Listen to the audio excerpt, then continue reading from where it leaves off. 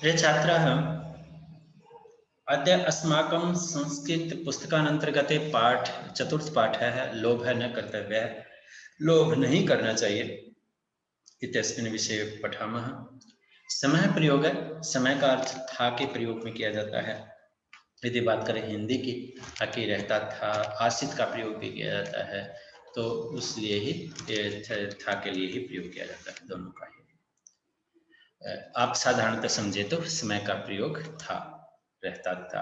वर्तमान काल के साथ प्रयोग करते हैं ज़्यादातर, जैसे यानी वर्तमान में हम पढ़ रहे हैं लेकिन पुरानी बात है तो समय का प्रयोग हम करते हैं, तो संस्कृत में समय का प्रयोग होता है। लोभ नहीं करना चाहिए, सच है, लोभ नहीं करना चाहिए। यदि कोई चीज हम लालच के वशीभूत होकर थोड़ा सा और ऐसे चलते रहते हैं तो जो हमें मिलने वाला था वो भी जाता रहता है। कई बार ऐसा होता है। ये कहानी है हरिदत्त नाम के किसान की। तो देखते हैं कि हरिदत्त नाम के किसान के किस प्रकार के इस कहानी से हमें पता लगता है कि हमें कभी लालच नहीं करना चाहिए। हमने कई बार देखा है, कई कहानियां पढ़ी हैं। एक कहानी हमने लकड़हारे की पढ़ी थी कि किस प्रकार जो है लकड़हारा का एक पेड़ से लकड़ी काटता है नदी के ऊपर, और उसके हाथ से कुल्हाड़ी छूट जाती है और पानी में गिर जाती है, और कुल्हाड़ी के गिरने से बहुत ज़्यादा रोता है, और इतना रोता है कि उसको भगवान को ही आना पड़ता है। और भगवान ने पूछा क्या हुआ है, कि मेरी कुल्हाड़ी थी। तो कुल्हाड़ी के वशीभूत होकर उसने लोहे की कुल्हाड़ी या पहले सोने की कुल्हाड़ी आदि जो है निकाले जाती है उसमें, और अंत में वो ईमानदार मिलता है। उसने कहा कि हाँ यही मेरी कुल्हाड़ी है, लोहे की जब निकाली जाती है तो वहाँ से पता लगता है कि ईमानदारी से उसको सोने की और चांदी की जो भी कुल्हाड़ियाँ निकाली थी वो भी उसको मिल जाती हैं। यदि वो लालच करता तो शायद उसको कोई भी कुल्हाड़ी नहीं मिलती। किसान पर आ जाते हैं। ध्यान से मैं एक एक शब्द की हिंदी आपको बताऊंगा, तो आपको एक एक लाइन की हिंदी अलग अलग करके आपको लिखनी भी है। पाठ्य पुस्तक में पहले शब्दार्थ लिख लेना है, उसके बाद आपको हिंदी इनकी जो है वो नोट कर लेनी है। और ये ध्यान रखना, जहाँ पूर्ण विराम आ जाता है वहीं तक संस्कृत लिखो और फिर उसकी हिंदी लिखो, यानी कि पूरा 4-5 लाइनें लिख के तब उसकी हिंदी लिखो। जैसे कि आसित आ गया पहली लाइन में, नाम है कृषक आसित, आसित के बाद जो है आपको हिंदी लिखनी है, यानी नीचे वाली लाइन में। एक लाइन में संस्कृत, एक लाइन में हिंदी, इस प्रकार आपको प्रयोग करना है। यदि 2 लाइनों में संस्कृत चली जाती है तो अगली 2 लाइनों में उसकी हिंदी लिखिए। पुराह माने बहुत पहले या प्राचीन काल में, पुरा का अर्थ होता है। कस्मिश्चित किसी ग्रामे माने गांव में, हरिदत्त, हरिदत्त नाम, नाम का, कृषक माने किसान, आसित माने था। यानी प्राचीन काल में या बहुत पहले किसी गांव में हरिदत्त नाम का एक किसान था। सह, वह कृषि कार्य करोति माने करता, स्मय माने था यानी करता था। परंतु दुर्भाग्य के से तस्य अक्षेत्रे, उसके खेत में फल समृद्धि ही एवं न भवति समय, यानी फलों की वृद्धि, एव माने ही, न माने नहीं, भवति माने होती, स्म माने थी, यानी परंतु दुर्भाग्य से उसके खेत में फल वृद्धि यानी फलों की वृद्धि ही नहीं होती थी। एव माने ही, न माने नहीं, भवती होती, इसमें माने थी, यानी दुर्भाग्य से उसके खेत में फल की वृद्धि होती ही नहीं थी, यानी फसल जो है वो वृद्धि होती ही नहीं थी, अर्थात फल प्राप्ति नहीं होती थी, यानी फसल उसकी अच्छी नहीं होती थी। कहने का अभिप्राय ये है। एकदा हरिदत्त है, एक बार हरिदत्त अक्षेत्र यानी खेत में कार्य करोति समय कर रहा था। तदस्य है, उसके बाद वह समीप ही, नजदीक ही, विद्यमान यानी उपस्थित वल्मीकस्य ऊपरी स्थितम।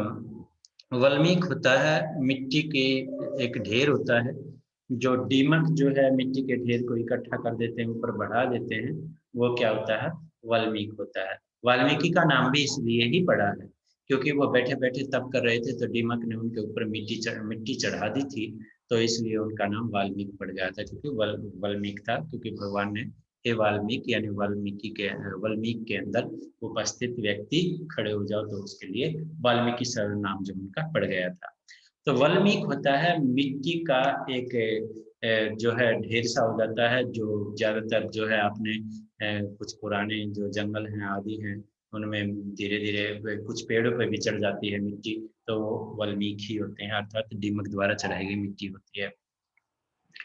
ऊपरी स्थितम एकम सर्पम ऐपश्यत, एक सांप को देखा। नजदीक ही उपस्थित वल्मीक यानी एक मिट्टी के ढेर के ऊपर स्थित एक सांप को देखा। स चिंतित, वह सोचने लगा, ऐसे सर्पम अक्षेत्रपाल स्यात्, यह सांप या यह सर्प मेरा अक्षेत्रपाल है, यानी खेत का रक्षक शायद माने होगा, यानी यह मेरे खेत का रक्षक होगा। एतत् अजानम अहम एतावत् पर्यन्तम एतस्य पूजां न अकरोत्। एतत् अजानन अहम, यानी यह न जानते हुए मैं, यानी कि यह मेरे खेत का रक्षक है, यह न जानते हुए मैं एतावत् पर्यन्तम अब तक, एतस्य माने इसकी पूजा न करवम, पूजा नहीं करता हूँ, यानी पूजा नहीं की है। अतएव इसलिए मम कृषि कार्य, मेरा कृषि का कार्य यानी खेत का कार्य निष्फलम भवति, यानी निष्फल होता है, यानी सफल नहीं होता है। इतः परम अहम, इससे पहले मैं एतम पूजिष्यामि, इसकी पूजा करूंगा। इति मन, इस प्रकार उसने सोचा, यानी इसके बाद मैं इसकी पूजा करूंगा, ऐसा उसने सोचा। एवं चिंतित्वा, यह विचार करके या सोचकर, हरिदत्त है हरिदत्त, गृहात घर से एकस्मिन पात्रे, एक पात्र में या बर्तन में, अक्षीरम यानी दूध आनियत माने ले आया। यानी यह सोचकर हरिदत्त घर से एक पात्र में एक बर्तन में दूध ले आया। दुग्ध पात्रम तत्रैव स्थापित्वा, दूध का बर्तन या पात्र जो है वहीं पर रखकर, स्थापित्वा माने रखकर, वाल्मीकस्य समीपम, वाल्मीकि के नजदीक, आगत्य माने आकर, एकथयत माने कहने लगा। यानी दूध का बर्तन जो है वहीं पर रखकर वाल्मीकि के पास आकर या नजदीक आकर, आगत्य माने आकर, एकथयत माने कहने लगा, भो क्षेत्रपाल, हे क्षेत्रपाल, भवान अत्रैव अस्ति, आप यहीं हैं, इति अहम एतावत् पर्यन्तम न अजानम, यह मैं आज तक न अजानम, नहीं जान पाया, कि आप यही हैं, मैं यह आज तक नहीं जान पाया। अतः पूजाम न अकरवम, इसलिए मैंने पूजा नहीं की। अतः मैंने इसलिए पूजा न अकरवम नहीं की।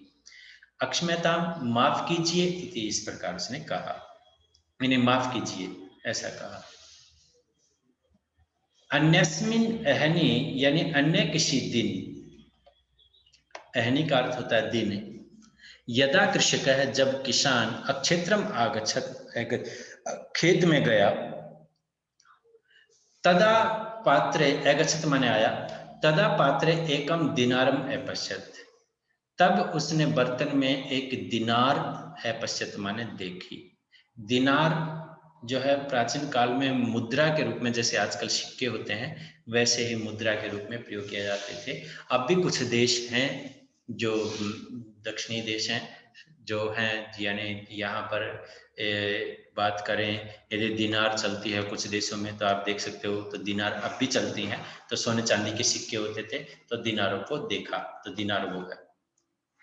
सैतम दिनारम स्वीकृतवान, वह उस दिनार को स्वीकृतवान माने स्वीकार किया, यानी उसने उस दिनार को स्वीकार कर लिया।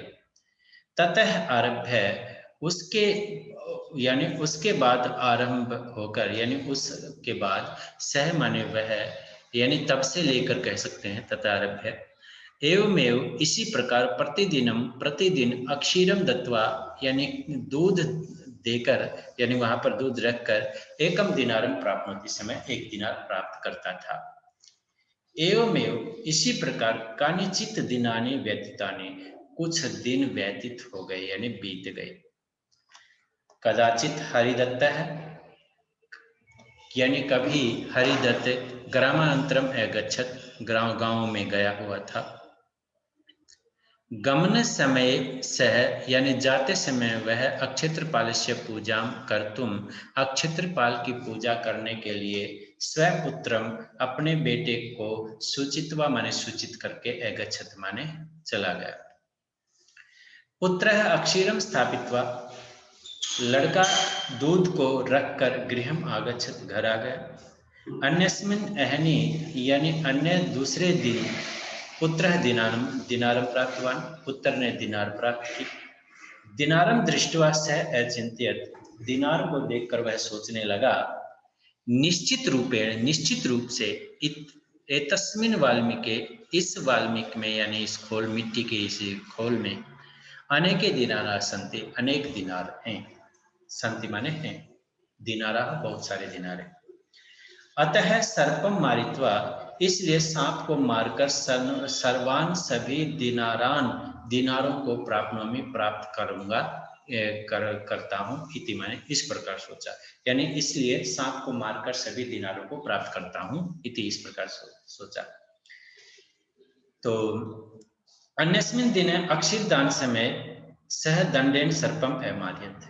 दूसरे दिन अक्षीरदान समय यानी दूध के दान देते वक्त यानी दूध रखते वक्त वह दंडेन सर्पम अमार्यत डंडे से सर्प को मारने लगा यानी मारा। सर्प है रोषेण सांप ने क्रोध से तमेव दंष्टवान उसी को डस लिया काट लिया। हरिदत्तस्य पुत्रः लोभवशात् स्वमेव नष्टः भवत्। हरिदत्त का पुत्र लोभ के वश में से स्वयमेव अपने आप ही नष्ट भवत माने हो गया। सत्यमेव उत्तम सत्य ही कहा गया है। लोभ है न कर्तव्य है, लोभ नहीं करना चाहिए। पंचतंत्रात ये पंचतंत्र से लिया गया है जिसमें बहुत सारी संस्कृत में कहानियां हैं जो शिक्षाप्रद कहानियां हैं। और पंचतंत्र विष्णु शर्मा द्वारा रचित एक संस्कृत ग्रंथ है जो कहानियों के माध्यम से हमें शिक्षित करता है, ज्ञान देता है कि हमें क्या नहीं करना चाहिए, अधिक लालच नहीं करना चाहिए। यदि किसान का लड़का उस सांप को मारकर यदि लालच में नहीं आता कि मैं सारी जो है दिनार प्राप्त कर लूंगा तो वो मरता नहीं। और उसके पिता भी तो एक एक दिनार में संतुष्ट थे और एक दिनार पर दिन मिल ही रही थी, तो धनवान तो हो ही रहा था, फिर उसने लालच क्यों किया और लालच करने के कारण जो है वो मर गया। तो ये कारण भी हुआ। तो ये था हमारा जो आज का पाठ। तो प्रत्येक लाइन की हिंदी जो है मैंने आपको बताई समझाई, तो उसी के अनुसार ये संस्कृत शब्दों के अर्थ हैं, तो इनके शब्द अर्थ भी आपको लिख लेने हैं जो जो इसमें दिए गए हैं। सारे के सारे पहले नोट करो और फिर उनकी हिंदी जो है प्रत्येक लाइन की वो नोट करना है। तो ये है आज का कार्य। आप अभ्यास कार्य है वो देखेंगे नेक्स्ट वीडियो में, मैं आपको समझा दूंगा कि पूरा, लेकिन आप पाठ को ध्यान से पढ़ लीजिए। अभ्यास कार्य बड़ा सरल होता है, यदि पाठ आप ध्यान से पढ़ लेते हैं, समझ लेते हैं, तो हम तुरंत समझ में आ जाता है कि इसका अभ्यास जो है किस प्रकार जो है आपको कंप्लीट करना है। ओके, इतना ही रखिए और अच्छी तरह पढ़िए, स्वस्थ रहिए।